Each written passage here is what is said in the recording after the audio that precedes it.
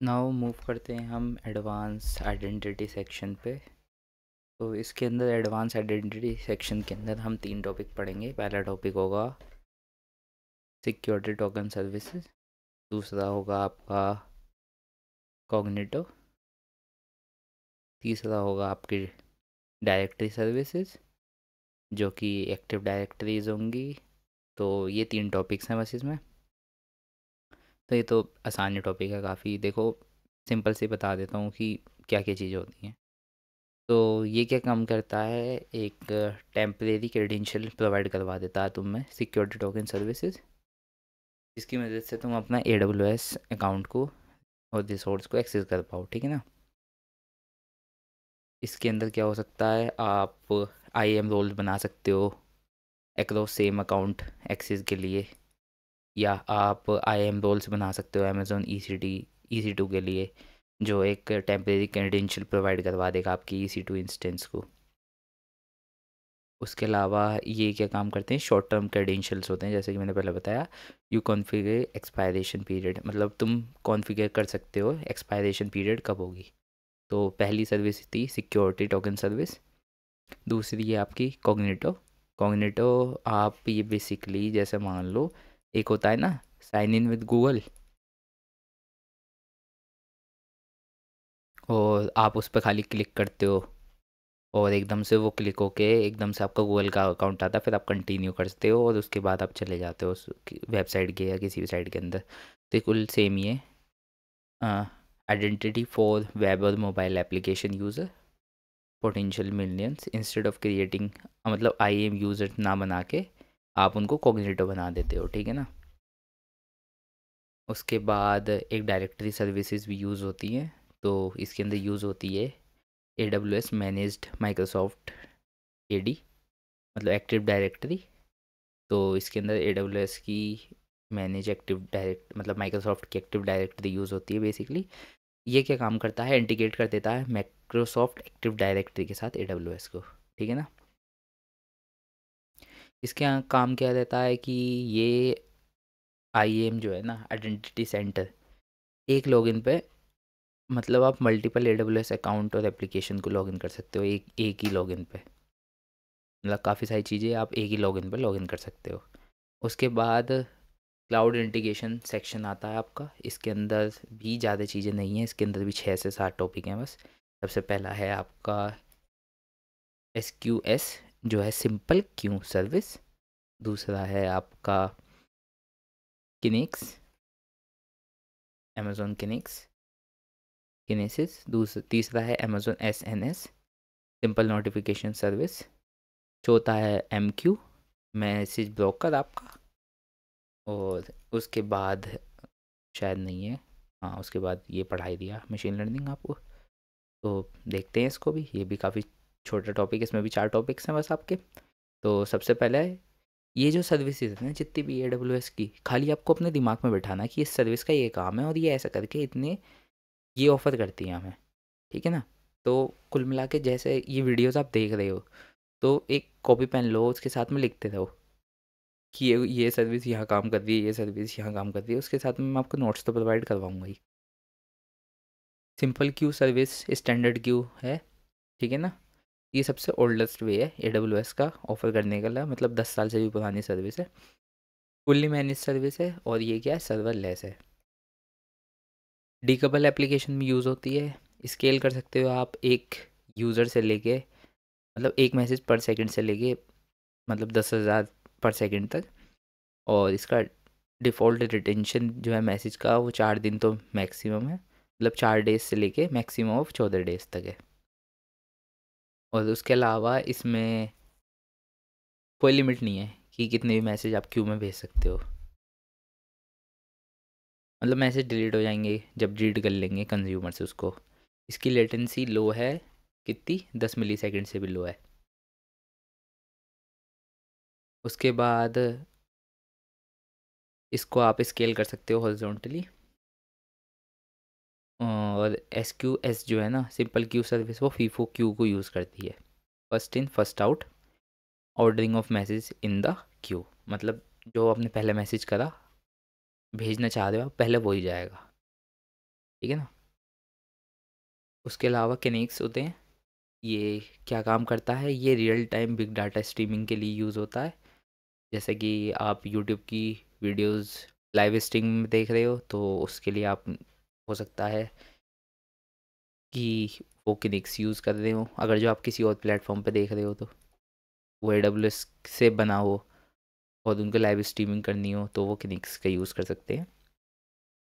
Manage service है, आपको collect करवाती है, प्रोटेक्ट प्रोसेस और एनालाइज करवाती है किसका, रियल टाइम स्ट्रीमिंग डाटा का, कोई सी भी स्केल पे। उसके बाद सिंपल नोटिफिकेशन सर्विस है, मतलब कुल मिला के आपको इवेंट जो है उसको पब्लिशर्स कर सकते हो, मतलब आप मैसेज सेंड कर सकते हो किसी भी एक टॉपिक पे या किसी भी एक इवेंट पे, आप अपने यूज़र्स को नोटिफिकेशंस उसकी भेज सकते हो। मतलब हर सब्सक्राइबर उसके जो भी टॉपिक होगा उसको नोटिफिकेशन मिल जाएगा उस चीज़ का। उसके बाद एक अमेज़ोन MQ होता है। MQ क्या है, एक मैसेज ब्रोकर सर्विस है। ये यूज़ करता है बोथ एक्टिव MQ और रैबिट MQ। और ये इसके अंदर दो चीज़ और यूज़ करता है, ये MQTT और AMOP। तो इसके बारे में ज़्यादा चीज़ आपको ध्यान रखने के लिए है, बस ये है कि ये लाइट वेट मैसेज प्रोटोकॉल होते हैं और ये एडवांस मैसेज प्रोटोकॉल होते हैं। तो ये दोनों चीज़ का यूज़ करता है, लाइट वेट मैसेज प्रोटोकॉल का भी और एडवांस मैसेज प्रोटोकॉल का भी, ठीक है ना। मतलब आप री इंजीनियरिंग करने की जगह आप एप्लीकेशन को यूज़ कर सकते हो SQS और SNS को एक साथ में, MQ के अंदर, अमेज़ोन MQ के अंदर, मैसेज ब्रोकर के अंदर। अमेज़ोन MQ इतना स्केल नहीं हो सकता जितने ये दोनों स्केल हो सकते हैं, क्योंकि ये सिंपल क्यू सर्विस और सिंपल नोटिफिकेशन सर्विस, बट ये जो है ना, ये रन करता है सर्वर्स पे, और ये इसके साथ में मल्टीपल अवेलेबिलिटी जोन में कर सकता है विद फेल ओवर के साथ, ठीक है ना। उसके अलावा इसके अंदर दोनों चीज़ें, SQS के फीचर्स भी हैं और SNS के फीचर्स भी हैं। That's all for that. तो अभी हमने कुल मिला के 5 से 6 सर्विस पढ़ी हैं इसकी, 3 ही हैं, 4 हुए हैं, 7 सर्विस पढ़ी हैं, ठीक है ना। तो इनको अच्छे से याद रखना। उसके अलावा चलो आगे वाले टॉपिक्स पे बढ़ते हैं। ये सब हो चुका है AWS में। अब हम पढ़ेंगे ग्लोबल इंफ्रास्ट्रक्चर सेक्शन। तो global infrastructure application is an application deployed in multiple geographic keys.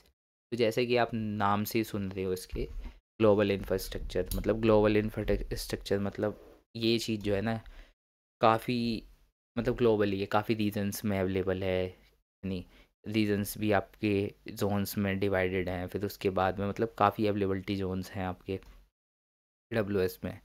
जैसे इंडिया के अंदर भी एक मुंबई में है और बाकी भी जगह हैं, तो 2 और हैं अवेलेबिलिटी जोन। तो ऐसे करके मतलब हर रीजन के अंदर उसके अवेलेबिलिटी जोन्स होते हैं।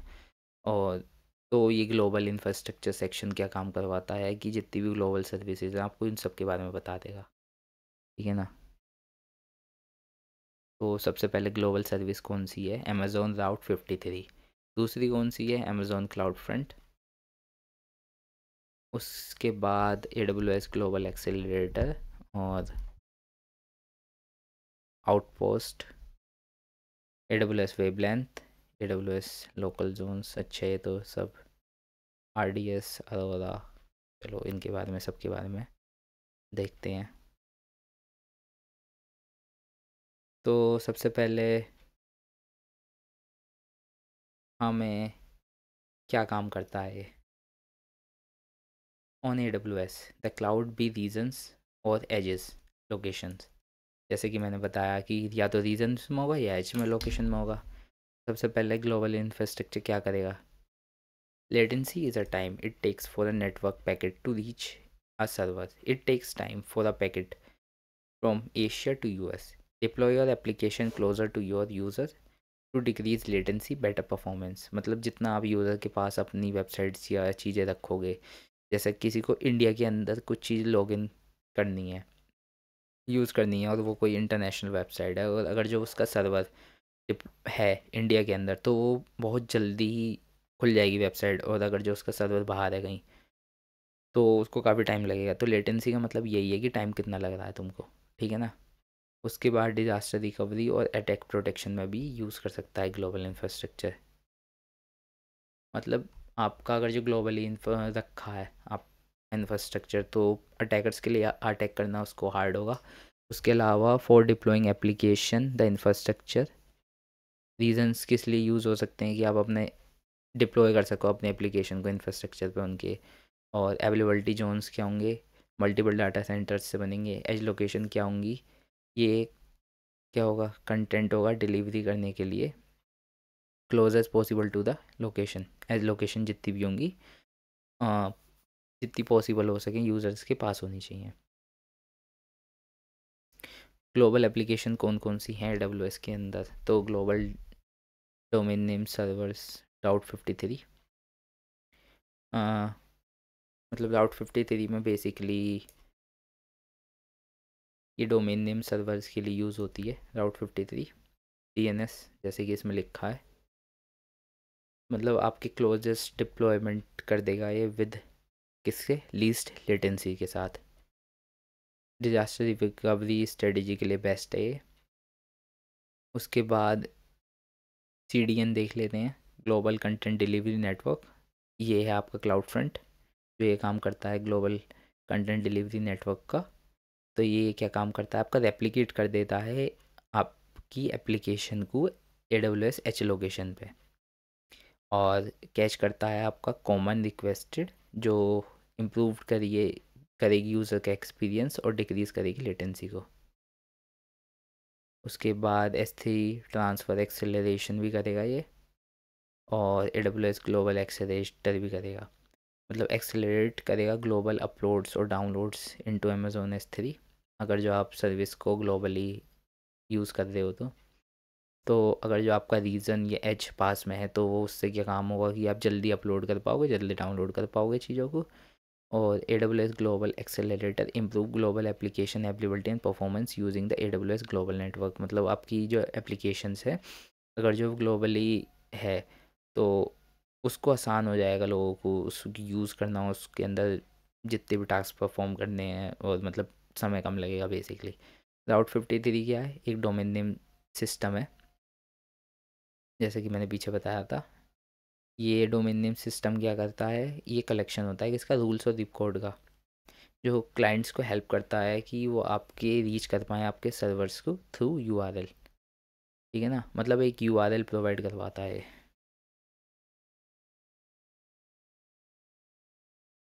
ठीक है ना। उसके अलावा क्लाउड फ्रंट देख लेते हैं, कंटेंट डिलीवरी नेटवर्क है क्लाउड फ्रंट, और इम्प्रूव करता है रीड परफॉर्मेंस को। कंटेंट जो है कैच होता है किससे, एच से, और 2016 पॉइंट ऑफ प्रेजेंस हैं ग्लोबली क्लाउड फ्रंट के, और ये सिक्योरिटी काफ़ी अच्छी प्रोवाइड करवाता है लो लेटेंसी और हाई ट्रांसफ़र स्पीड के साथ। और उसके अलावा डीडोस प्रोटेक्शन करवाता है बिकॉज वर्ल्ड वाइड है। उसके अलावा और इंटीग्रेट करता है शील्ड के साथ, AWS वेब एप्लीकेशन फायरवॉल भी एनेबल करता है, ठीक है ना। डीडोस और बाकी भी अटैक्स होते हैं कि इसमें क्या होता है कि आपके सर्वर्स पे बहुत सारे मतलब यूज़र्स को एकदम से लाने की कोशिश करी जाती है, एकदम से 1 मिलियन यूज़र जो फेक यूज़र्स हैं आपकी वेबसाइट पाएंगे और आपकी वेबसाइट को क्रैश कर देंगे। पर with the help of global infrastructure, और इसके अंदर तो AWS के अंदर काफ़ी सारी चीज़ें और रहती हैं, जैसे स्केलिंग्स ग्रुप्स रहते हैं, ऑटो स्केलिंग रहती है, वर्टिकल स्केलिंग, हॉरिजॉन्टल स्केलिंग, और उसके अलावा भी काफ़ी सारी चीज़ें रहती हैं। तो वो काफ़ी हार्ड हो जाता है अटैकर के लिए कि वो आपकी वेबसाइट को अटैक करके उसको डाउन कर पाए।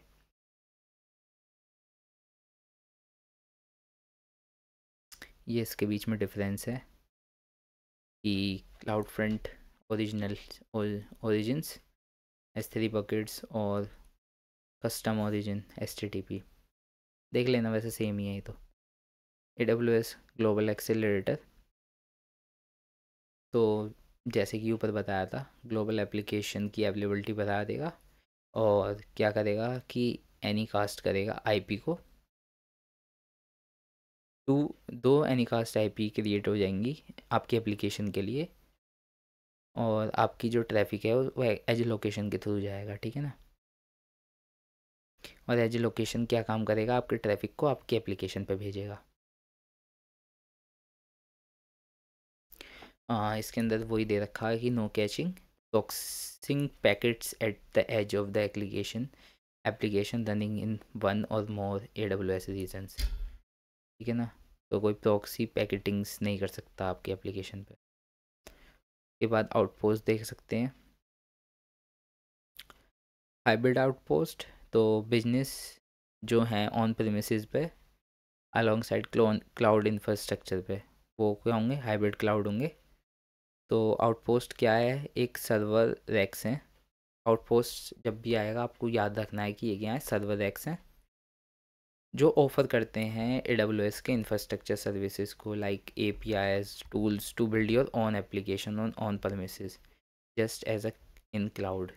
मतलब आउट रैक्स क्या कर, मतलब सर्वर रैक्स हैं, जैसा कि एप्लीकेशन आपकी क्लाउड पर डिप्लॉयड है वो आपको वैसी ही सेम ऑन प्रीमिसेस बनाने की वो देगा, एक कुल मिला के रिसोर्स प्रोवाइड करवाएगा।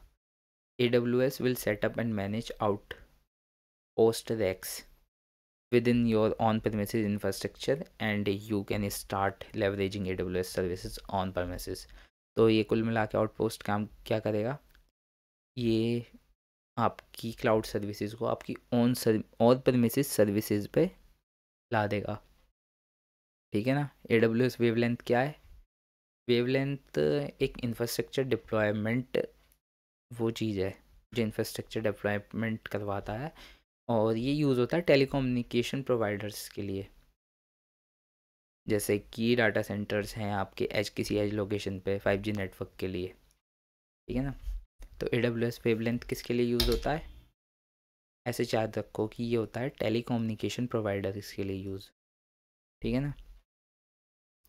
उसके बाद AWS लोकल जोन्स क्या है, लोकल जोन्स आप देख सकते हो वो हैं जहाँ पे आपकी सिलेक्टेड सर्विसेज हैं क्लोज़र जो होंगे आपके एंड यूज़र्स से, मतलब जो आपकी सर्विसेज हैं वो आपके एंड यूज़र के कितना क्लोज हैं, जिसकी वजह से क्या होगा, उसकी लेटेंसी सेंसिटिव एप्लीकेशंस की वो कम होगी, लेटेंसी मतलब कम होगी, वो जल्दी से रीच कर पाएगा अपनी वेबसाइट को, एक्सटेंड कर पाएगा अपनी VPC को मोर लोकेशन पे।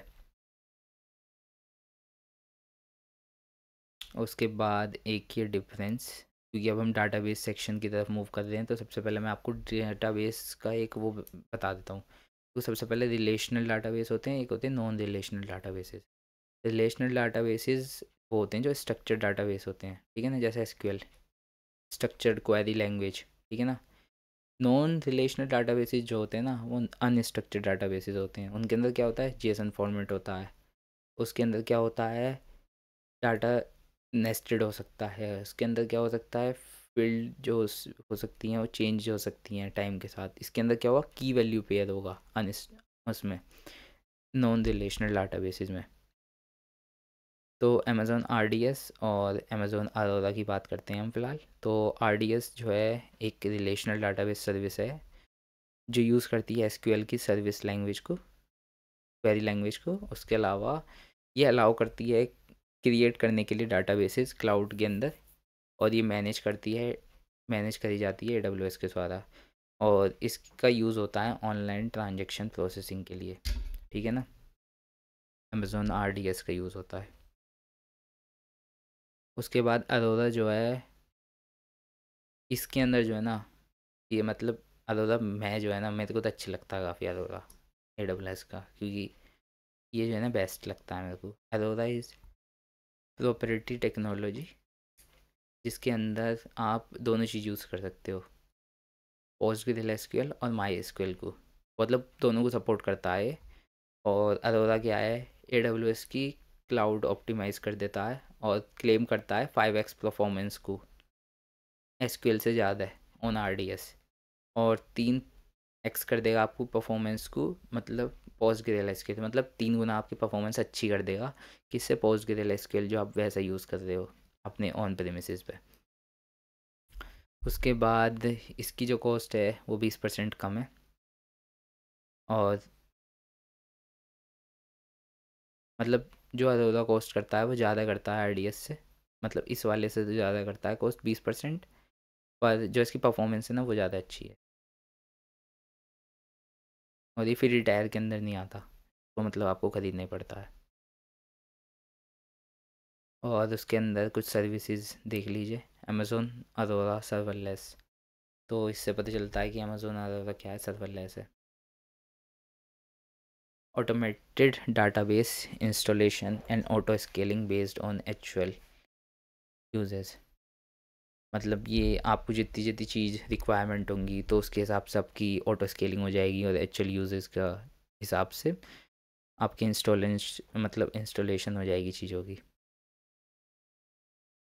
एक होती है रीड रेप्लिकास, एक होता है multiple availability zones. Read replicas क्या होती हैं, स्केल कर पाओगे आप रीड वर्कलोड को अपने डाटाबेस के अंदर, और इसके अंदर क्या होगा, मल्टीपल अवेलेबिलिटी जोन में अवेलेबिलिटी जोन जो होंगे ना आउटेज होंगे, मतलब बाहर होंगे। इसके अंदर क्या होंगे, रीड रेप्लिकास में आपके अंदर ही होंगे प्रेमिसेस पे। आप बना सकते हो अप टू 15 रीड रेप्लिकास, और data is only read and write to the main database. इसके अंदर क्या होगा, आप 15 रीड रेप्लिकास बना सकते हो, इसके अंदर क्या होगा, खाली रीड और राइट होगा डाटा में से।